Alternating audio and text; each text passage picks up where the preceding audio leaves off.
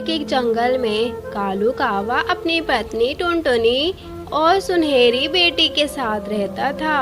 कालू कावा पक्षियों के कपड़े सिल कर अपनी रोजी रोटी चलाता था। कालू कावा उस जंगल में सबसे गरीब पक्षी था। हाँ, देखो ना कितनी रात हो गई है, अब तो सो जाओ। आगे देखने से पहले आपको एक छोटा सा कांटा चुभ जाए तो आपको दर्द होने लगता है, पर वो बाप ही है जो रोजाना अंगारों पर चलकर अपने बच्चों के लिए 2 वक्त की रोजी रोटी का इंतजाम करता है। तो अपने पापा के लिए इस वीडियो को लाइक और सब्सक्राइब भी कर देना। और हाँ दोस्तों, ये वाला इमोजी भी भेज देना। बॉस बेटी 2 लहंगे और बना लो क्योंकि कल ग्राहक को देने हैं। लो जी, ये वाला लहंगा मैंने काट दिया है, अब आप सिलाई लगा दो। दोनों मियाँ बीवी ऐसे ही कड़ी मेहनत करते थे ताकि उनकी बेटी की अच्छी परवरिश हो सके।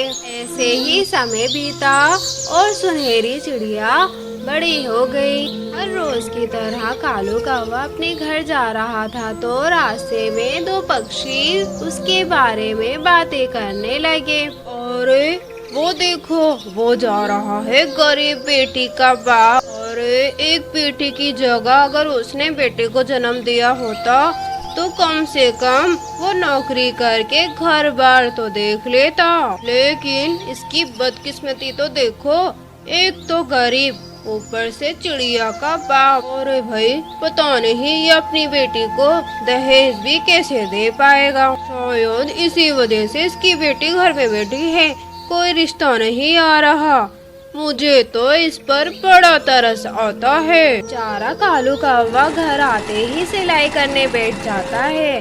फिर टुनटुनी उसके पास आकर कहती है, क्या हुआ जी, आज आप कड़ी धूप से आते ही काम पर लग गए और आपने खाना भी नहीं खाया। बोलिए, सब ठीक तो है ना? हमारी बेटी अब जवान हो गई है और उसकी उम्र की लड़कियों की शादी भी हो गई है।